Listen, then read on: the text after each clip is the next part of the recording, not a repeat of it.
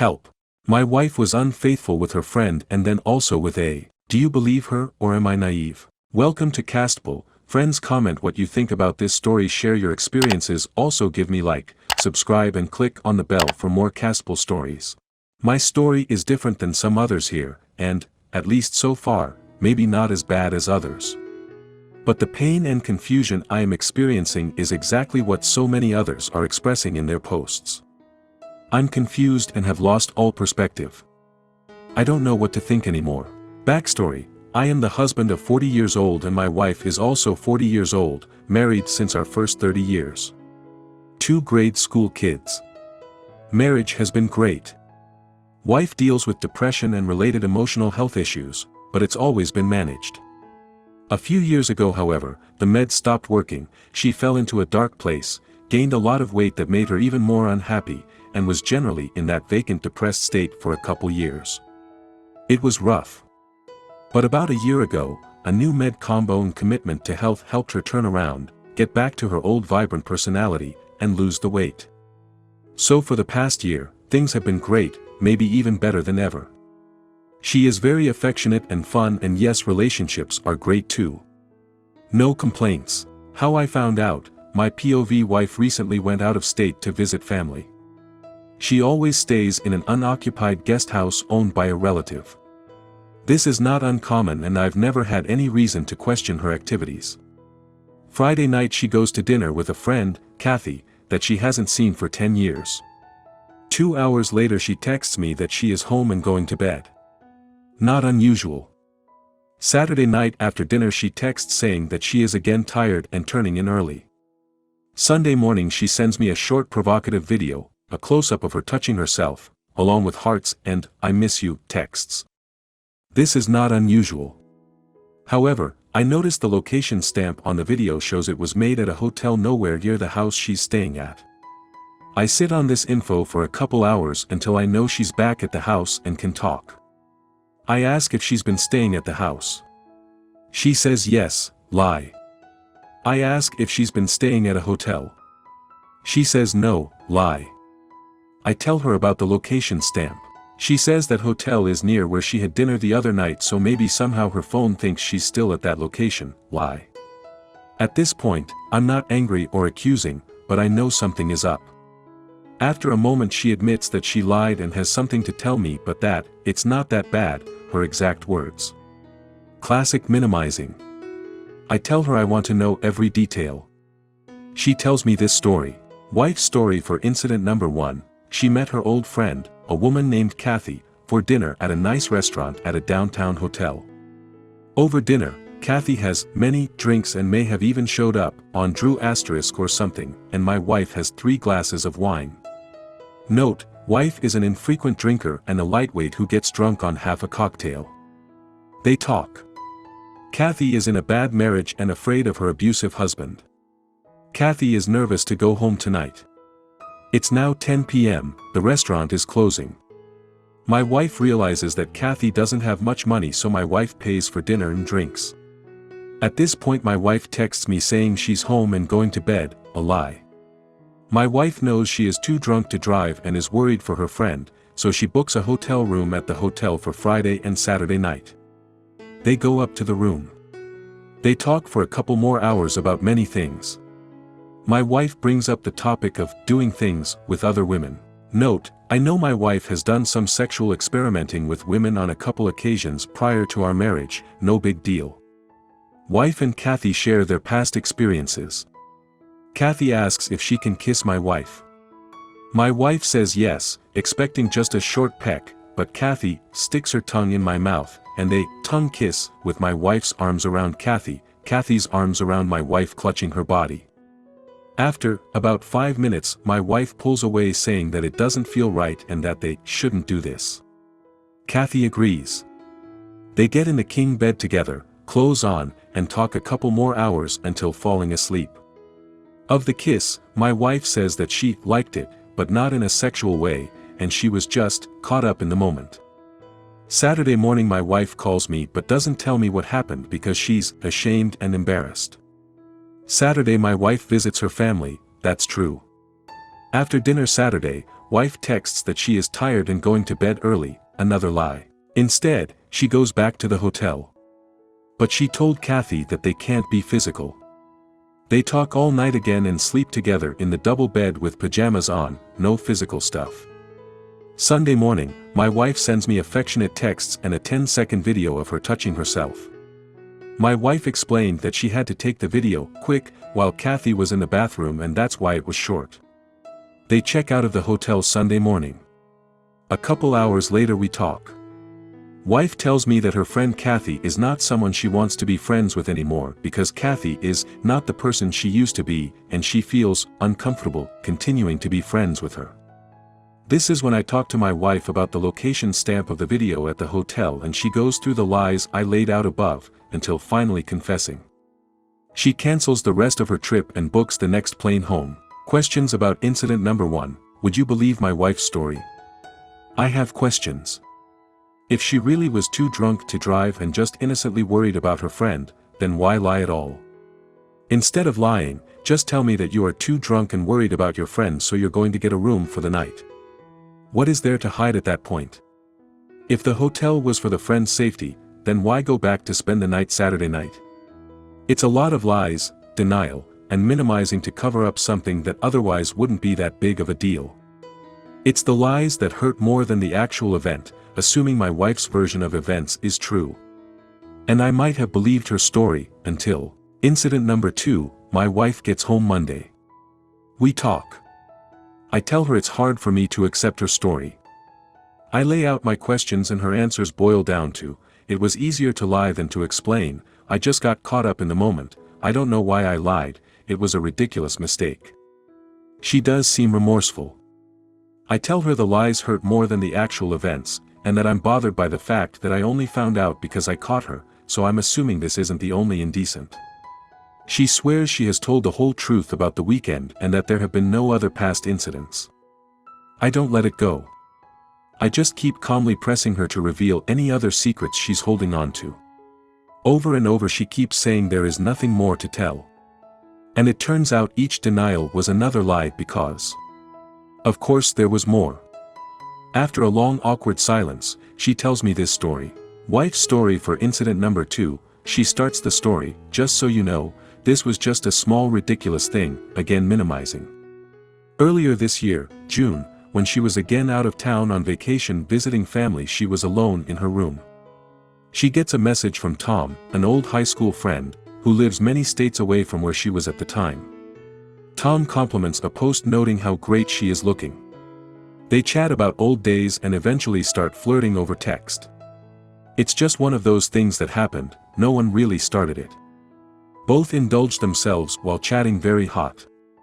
No phone call, no pictures or video exchanged. The next day, she reaches out to him again, just to talk, but he tells her he regrets chatting with her behind his wife's back and blocks her. She knows it was wrong, and doesn't want to tell me because she worries I'll be upset, so she's been carrying this lie around for 3 months wondering if and how to tell me. Where I am now, again, the lies hurt worse than the actual events. She again swears that these 2 events are everything. Swears there is nothing else. For her part, for the past 2 days she's apologized profusely, repeatedly acknowledged that trust has been broken, has been extremely communicative about everything she is doing, where she's going, who she's talking to, what she's looking at online. She has offered to turn on location tracking on her phone so I can see where she is at all times, which I declined. And we've had relationships Tuesday morning and this morning, Wednesday, since she came back home. Part of me wants to believe her and just move on rebuilding the trust that was broken by the lies. Another part of me screams, you idiot. There's clearly more he's not telling you. And his behavior makes it clear that, given the chance, he will do more things in the future.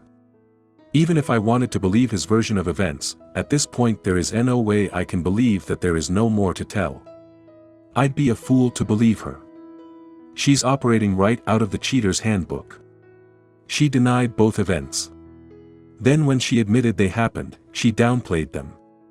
Now I believe I'm just being fed a trickle truth of a couple not so bad events. I've lost perspective on how believable her version of events are.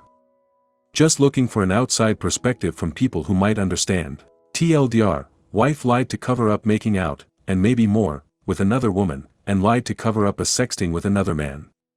She swears that's all that has happened, but I only found out because I caught her. Can I trust her version of events? Edit, I appreciate all the replies. Thank you all for the outside perspective. Update in comments below. Comments.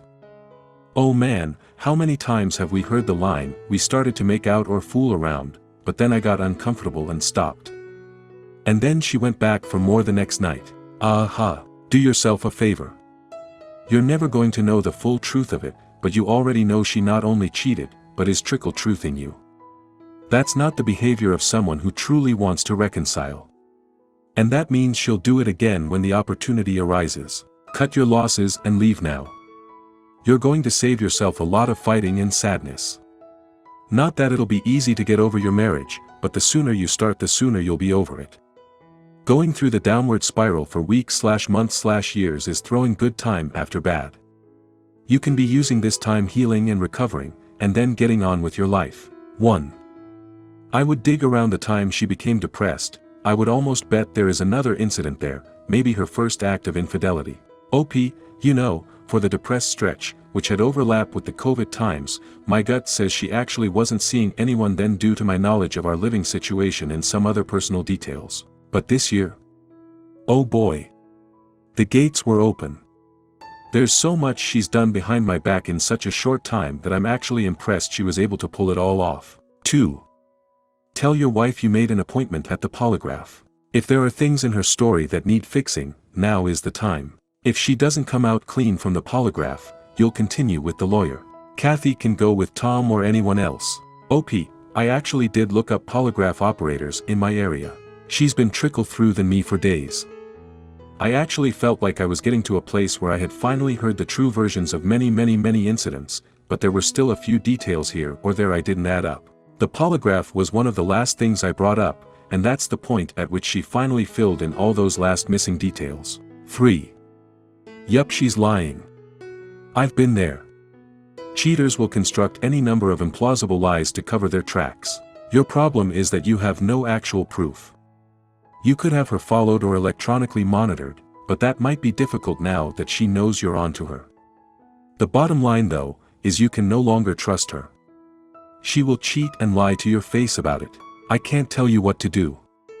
All I can tell you is that this situation is eerily similar to my own, which led to literally years of rug sweeping, marriage counseling, and blame shifting, all of which led to eventual divorce.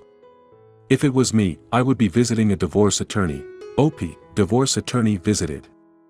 The thing is, when I called her out on her nonsense stories, she would then tell a new version of that incident that was also a lie. And when I pointed out issues with that story, then she would tell a third version of the incident. Every single time there was always some issue or detail about the story of an incident that just didn't make sense to me. And every time it meant that wasn't the real story. The funny part is I feel like I can tell in my gut when I finally got an accurate version of an incident.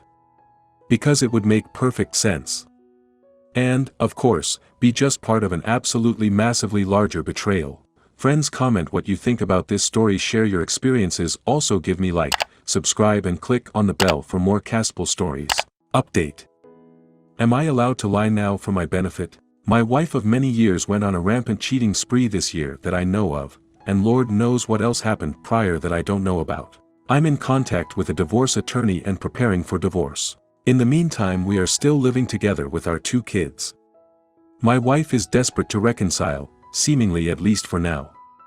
She is going over the top to show regret and kindness toward me, reading books about how to support your spouse after cheating, literally groveling at my feet and doing anything I ask.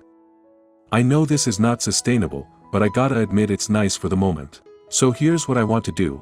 I want to lie and tell her that I would like to reconcile, when really I'm just buying myself time to get ready for the divorce. The way I see it, this lie gets me the following. 1. I control the narrative. I control the timeline. Insofar as there's any control left for me to have after what happened. We split when I say we split.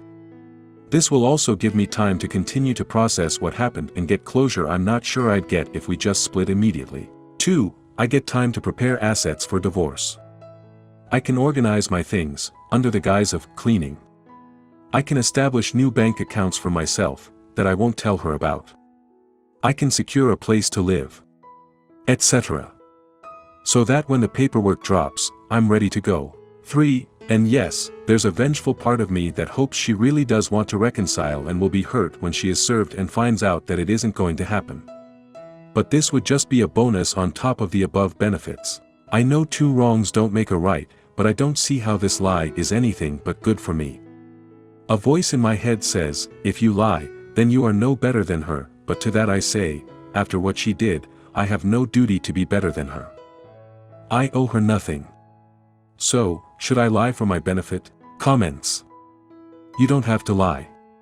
If you lower yourself to the level of your abuser, you lose in life as you become a willing participant in the cycle of abuse. You don't have to disclose anything to the person you're intending on divorce. Simply tell her the truth. You need time to process things. You don't have to inform her of your intentions, because you're indeed processing things, in your favor, not hers. But that is none of her business at this point. She has clearly made herself not worth your trust and respect. Both trust and respect are earned, not granted. And you don't have to grant her either at this point, so no need to lie. You simply don't have to disclose her anything you're intending to do regarding your best interest, because she doesn't have your trust. 1. Do what you need to heal. Whatever it takes. It's called surviving infidelity for a reason. Don't get over the infidelity. The enemy is literally the closest person you know, and that person hurt the spouse you met through cheating. There is no holding on when it comes to survival. Do what you have to do. 2. First of all, this side of her where she shows full-fledged remorse and wants to reconcile will be just short-lived. As soon as she sees what she really would have to do to reconcile, years and years of work, she will lose patience and be back at her affairs. And yes, you are allowed to lie, she started that war. Finish it. This wasn't a one-night stand. That woman is a disgusting, lying, deceiving person. Blindside her as she blindsided you. It won't heal you, but it will feel a little good. This is no Disney movie, just ducking. Protect yourself under all costs. Did she ever say why? 3. What you are planning on doing is common sense, and you don't have to phrase it in such a negative way. The person that made the most sacred promise that one person can make to another has been for months doing the most despicable things she could possibly do to you. When caught, she repeatedly lied to you and swore numerous times she was telling the truth. Now you are divorcing this person, where not only are you going to be contractually required to give her large sums of your money, but you are also going to need to protect your children and not allow her to use them as pawns. I would definitely tell her reconciliation is an option, and if you feel guilty, tell her you think the odds of it working are low. Talk to your lawyer, and if you need to buy time, and get your affairs in order.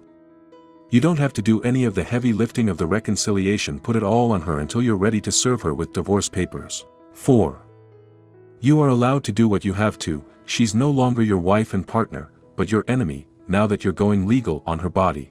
As part of the reconciliation process, I would use any information you can get out of her to bolster your case against her, i.e., I would ask her to provide you a full timeline, including names of the guys and places etc., and send the details to your lawyer. Let her do the legwork in hanging herself out to dry. Friends, comment what you think about this story, share your experiences, also give me like, subscribe and click on the bell for more castable stories.